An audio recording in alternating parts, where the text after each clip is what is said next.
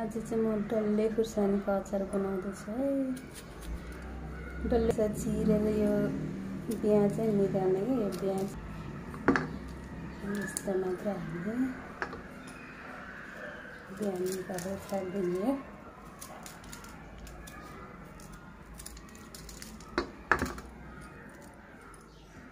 सिसीमा हालेर राख्ने, यसरी राख्ने। बिया निकालेर यसरी कपडा बनाएर काटेर सक्यो। अब लास्ट एउटा बाँकी छ, सकेपछि यसरी हाल्ने।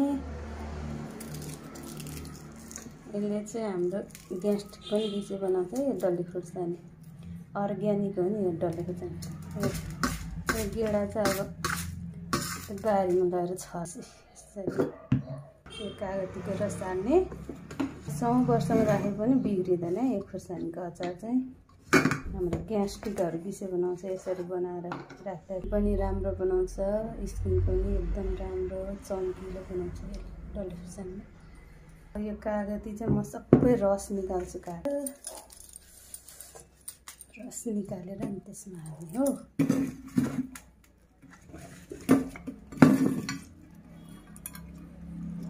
बनाएको अचार यो खुर्सानीले कहिले बिग्रिँदैन। वर्षौँ राखे पनि बिग्रिँदैन।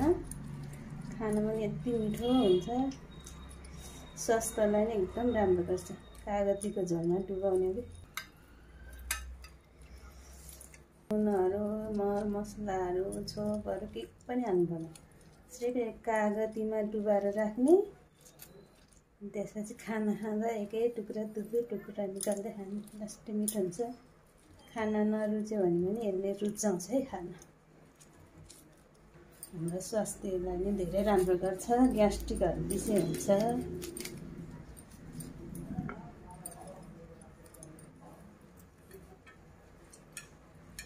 अब यसरी झोल बनाए। अब यो झोललाई चाहिँ यसरी हाल्ने। यो भरि हाल्ने हो।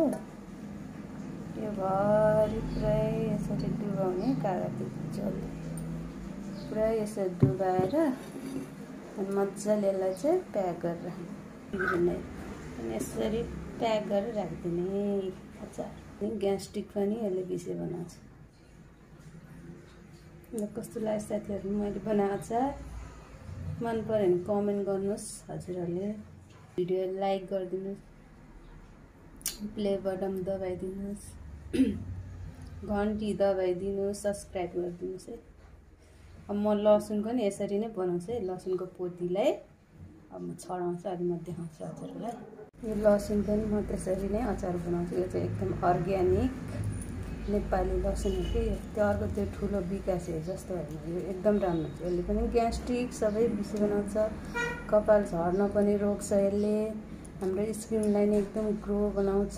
एकदम ग्यास्ट्रिक पनि एकदम बिसे बनाउँछ यसले। ग्यास्ट्रिक कपाल झर्नबाट पनि बच्छ। कपाल पनि झर्न रोक्छ।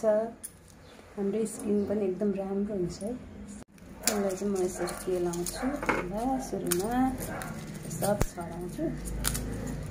त्यसपछि यसलाई पनि चिरा बनाएर बट्टामा हाल्छु। यसरी केलाएर यसलाई अनि सिसीमा राख्ने। यसरी यसमा पनि कागतीको झोल हालेर डुबाउने हो। केलाएर सक्यो। एउटा बाँकी छ।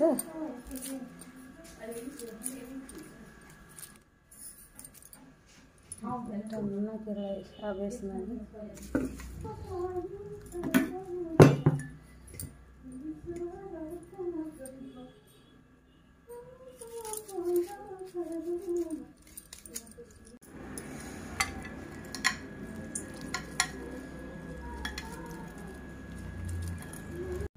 मैले कागती मिचाएर यसमा हाल्छु। यसलाई नि कागतीले टन्न हाल्नुपर्छ कि पुरै डुबाउनुपर्छ। यसरी यसरी डुबाएर राख्यो भने कहिले बिग्रिँदैन। हेल्थको लागि एकदम राम्रो हो यो कागती लसुन डल्ले खुर्सानी। यसरी डल्ले खुर्सानी खानासँग खाने खाना रुचाउँछ यसले चाहिँ एकदम राम्रो हुन्छ, हेल्थको लागि पनि धेरै राम्रो हुन्छ, ग्यास्ट्रिक पनि बेसी हुन्छ, स्किन पनि एकदम राम्रो ग्लो बनाउँछ है साथीहरु।